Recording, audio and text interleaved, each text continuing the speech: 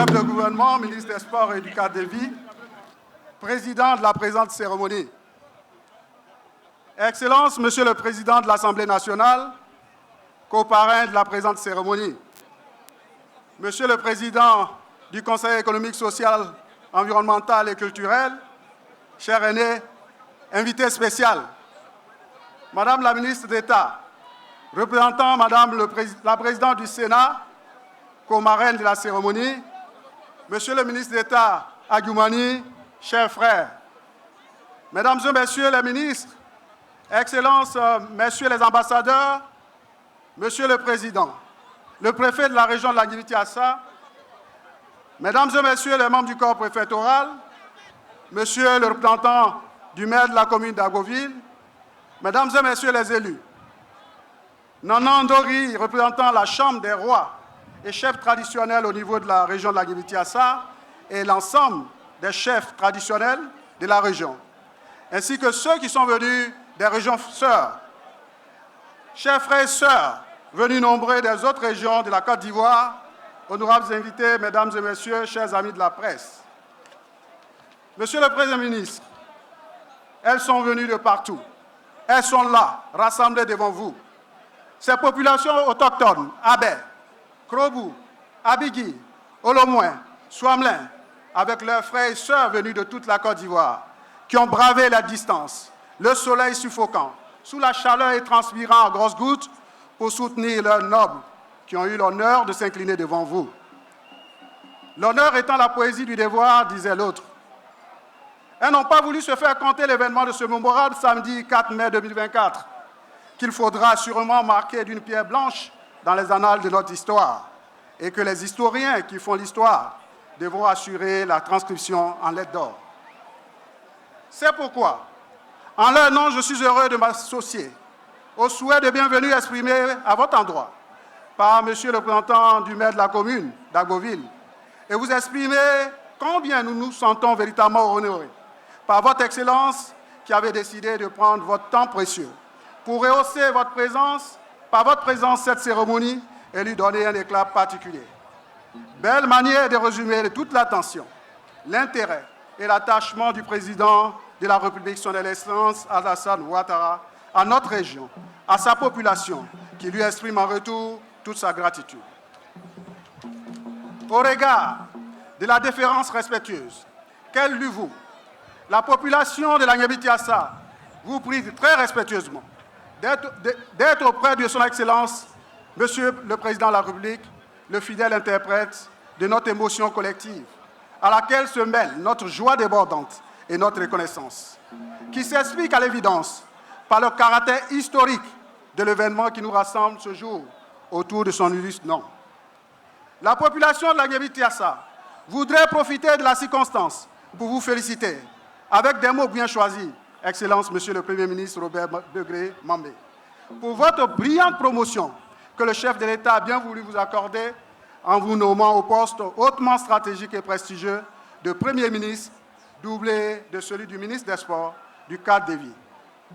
Monsieur le Premier ministre, votre résilience, votre détermination dans l'exercice de vos fonctions ont fortement contribué à la brillante victoire des éléphants lors de la Coupe d'Afrique des Nations 2024. Merci, Excellence, Monsieur le Premier ministre. Je voudrais par ailleurs, avec tout le respect dû à votre rang, et à la population est particulièrement heureuse de saluer la présence remarquée de ces effets de civilité à ses excellences.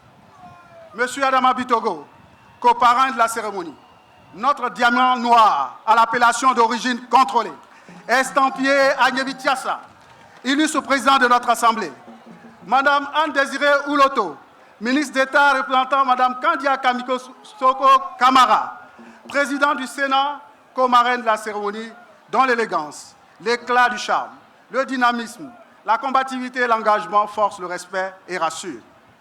Madame la ministre d'État, voudrais vous transmettre à Madame la marraine, ma grande sœur, notre infinie gratitude.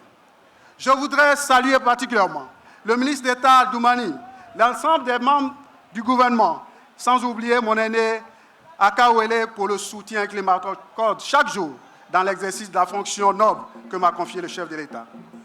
Excellence, Monsieur le Premier ministre, la population de la Guinée-Bissau qui vous reçoit ce jour est une mosaïque d'identité, de culture, de sensibilité disséminée à travers ces 4 départements que sont Agoville, Sikinsi, Tabo et Tiasalé.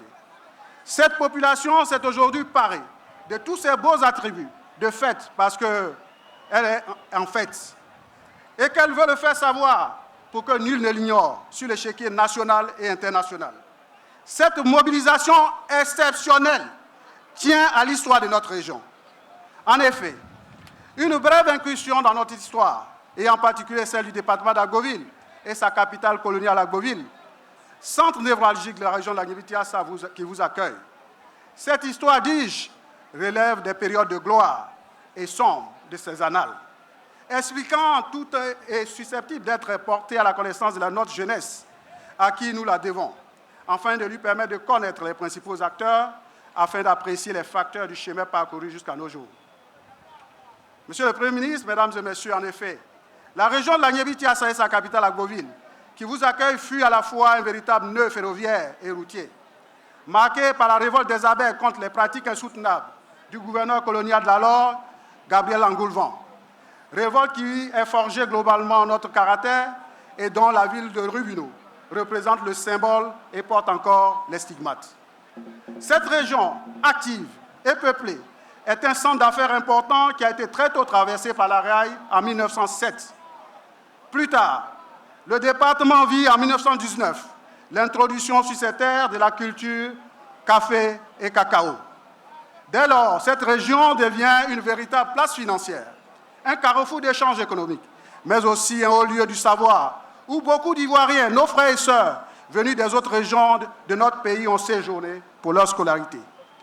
L'Agniébi-Tiassa, c'était aussi le berceau politique de la Côte d'Ivoire, et c'est ici naquit en 1944 le syndicat agricole africain qui donnera plus tard naissance au PDCI-RDA. Notre région peut alors se targuer d'avoir été hospitalière et cosmopolite, par excellence, où se sont rencontrés et rassemblés des grandes figures, des noms célèbres, dont Gabriel Dadier, Joseph Anoma, Doudou Gueye. L'évocation de ces noms suffit à attester de la légitimité de notre fierté. En effet, c'est aussi ici qu'a eu lieu la rencontre entre feu le président Félix Houphouët-Boigny et feu Ouezin Coulibaly. La poignée de main historique entre ces deux personnalités ont façonné notre histoire commune et celle d'une partie de l'Afrique de l'Ouest. Cette histoire qui aurait pu ne pas connaître l'orientation que nous connaissons aujourd'hui et favoriser le développement, la croissance, la fraternité, la paix entre les peuples. Cependant, paradoxalement, que cela ait pu paraître, tous ces atouts n'ont pas véritablement servi à impulser le développement de la région, qui est en définitive restée l'ombre d'elle-même pendant de longues années. Excellence, Monsieur le Premier ministre, cette situation, il faut le dire, est due principalement à un lourd contentieux entre le pouvoir central d'alors et la population du département d'Agoville, né du décès tragique en 1964 de Ernest Boka, premier président de la Cour suprême de Côte d'Ivoire, docteur en droit et magistrat, originaire du village de Grand-Maurier, dans la sous-préfecture du même nom, en qui le peuple abbé et Krobou avaient vu un guide, un animateur, un espoir qui portait les aspirations de toute la population. Dès la disparition de son rayon de soleil, le département d'Agoville allait connaître sa traversée de désert. Ce vieux contentieux a créé des années durant des suspicions, des interrogations, des craintes, a empoisonné les relations et a servi de terreau fertile à toutes sortes de postures, aux conséquences politiques, sociales et économiques. Bref, l'élite intellectuelle locale s'était rétractée, parfois à tort ou à raison, ostracisée, marginalisée, braquée, et n'a pas pu apporter à la région et au pays tout entier son intelligence et son savoir-faire indispensable à un développement local enviable. Le processus initié pour créer les conditions de la réconciliation et régler la question de ce passif malheureux débuté en 1997 s'est arrêté brutalement en 2000 après la fin du régime de feu le président Henri Konan Bédié. Qu'il me soit permis de solliciter votre sens élevé d'humanisme et de compassion et me faire l'interprète au nom de toute la notabilité de la région ici rassemblée, qu'il a expressément demandé à l'unanimité. Je vous prie, Excellence, Monsieur le Premier ministre, l'ensemble de l'assistance, chère Excellence, de bien vouloir vous tenir debout pour observer une minute de silence en la mémoire de feu Ernest Boka et de feu le président Henri Konan Bédié, que le président Alassane Ouattara a toujours considéré avec respect comme son aîné et a adressé à toute la Côte d'Ivoire entière nos condoléances les plus attristées. Merci, mesdames et messieurs. Excellence, Monsieur le Premier ministre, il a fallu attendre l'avènement du président Alassane Ouattara pour qu'à la suite de la visite d'État qu'il nous a rendue ici en mai 2015, ce processus redémarre et que la région renoue avec les investissements massifs à partir de 2017. Ce qui lui donne aujourd'hui une image reluisante et attrayante, une fière allure. Excellence, Monsieur le Premier ministre, ne payez pas d'ingratitude le bien que l'on vous fait, recommande un sage proverbial oriental. La reconnaissance est la mémoire du cœur, écrit Christian Andersen. L'ingratitude attire les reproches, comme la reconnaissance attire les nouveaux bienfaits. Excellence, Monsieur le Premier ministre, sur la base de cette grande sagesse, faisant le constat de nombreux bienfaits et gestes de bienveillance aux yeux de tous, à toute la population, et ce qui pouvait donc constituer, et enlevant ce qui pouvait constituer un facteur d'inhibition, tant au plan politique qu'au plan des actions de développement de la région, le peuple de la Guinée-Bissau, dans toutes ses composantes, sommes ici rassemblés pour magnifier le président de la République de Côte d'Ivoire, son Excellence Alassane Ouattara, pour ses bienfaits dont nous sommes bénéficiaires. Oui, je voudrais dire haut et fort, au nom de toute la population de la Guinée-Bissau, président Alassane Ouattara, Nasser. Président Alassane Ouattara, Mbo. Président Alassane Ouattara, Bia. Président Alassane Ouattara, Anike. Oui, aujourd'hui, le rêve longtemps caressé est pour nous devenu réalité. La Guinée-Bissau est en route pour son développement. Jugez-en vous-même. De nombreuses réalisations économiques, sociales, culturelles, environnementales s'ajoutent à la promotion de nombreux cadres. Qui dit mieux? Il faut applaudir le président Alassane Ouattara.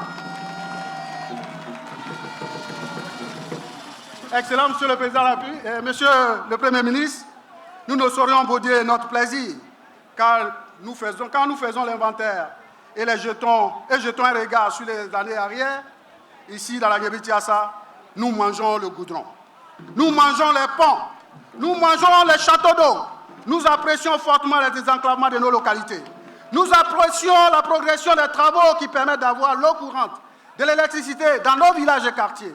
Bref, pour nous, les infrastructures et équipements réalisés nous permettent d'accélérer le développement, d'offrir plus d'opportunités pour les jeunes et favoriser l'autonomisation et l'épanouissement des femmes et faire reculer la pauvreté dans la Guinée-Bissau.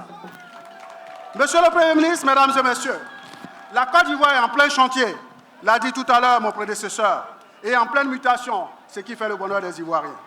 En bon disciple de feu le président Félix Houphouët-Boigny, dont il fut véritablement un très proche collaborateur, la population de la Guinée-Bissau n'est pas surprise de ce que le président Alassane Ouattara réalise les rêves de grandeur de celui-ci.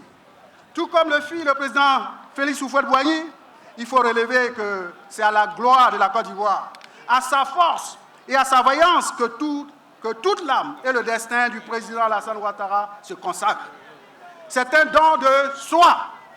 Aujourd'hui, c'est une Côte d'Ivoire tout entière taillée dans le marbre, d'une fierté, comme nous a légué le président Houphouët-Boigny, que poursuit le président Alassane Ouattara, qui veut assurément que la Côte d'Ivoire continue de s'affirmer comme une puissance régionale, à la fois économiquement conquérante et politiquement solidaire. Excellence, Monsieur le Premier ministre, Mesdames et Messieurs, je veux à présent me tourner vers toute la population, mes parents, et en particulier vers la jeunesse. Chers frères et sœurs, chers jeunes, à vous tous, venus de toute la région de la Guinée-Bissau, je viens à grands traits d'exposer notre parcours depuis l'indépendance de la Côte d'Ivoire et appeler à la grande lucidité. Oui, il y a un temps pour suivre les effets de mode, mais il y a aussi un temps pour une lucidité responsable, de réalisme, pour éviter de prendre des distances avec les virtuoses de la parole, de la facilité du verbe, qui ont déçu, échoué et trahi face aux difficultés de la tâche. J'invite chacun de vous, chacun de nous, à faire en sorte de prendre conscience que l'inventaire et le bilan comparé de toutes ces années montrent bien que la période actuelle est la meilleure et nous devons rester longtemps. Ce qui a commencé ne doit pas s'arrêter. Il faut seulement que nous puissions être ensemble. Alors, les rêves de notre régions deviendront réalité.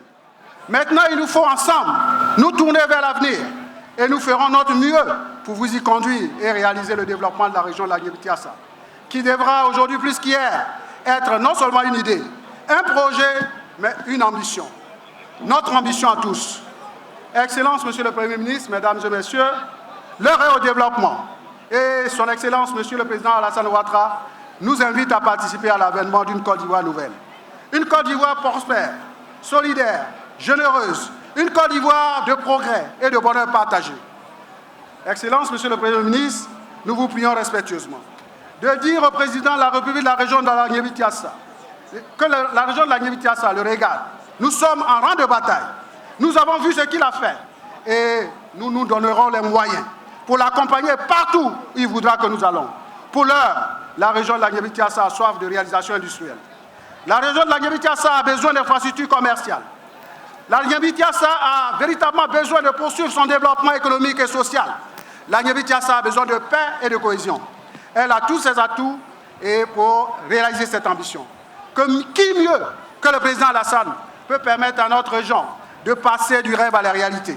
Qui mieux que le président Alassane Ouattara peut donner confiance et transformer cette jeunesse devant vous, attentive, prête et disponible à une armée de développement? Excellence, Monsieur le Premier ministre, je ne pourrais encore solliciter votre attention, mais je voudrais vous dire merci. Merci pour votre présence. Que Dieu bénisse le président Alassane Ouattara. Que Dieu bénisse la région de la Guinée-Bissau. Que Dieu bénisse la Côte d'Ivoire. Je vous remercie.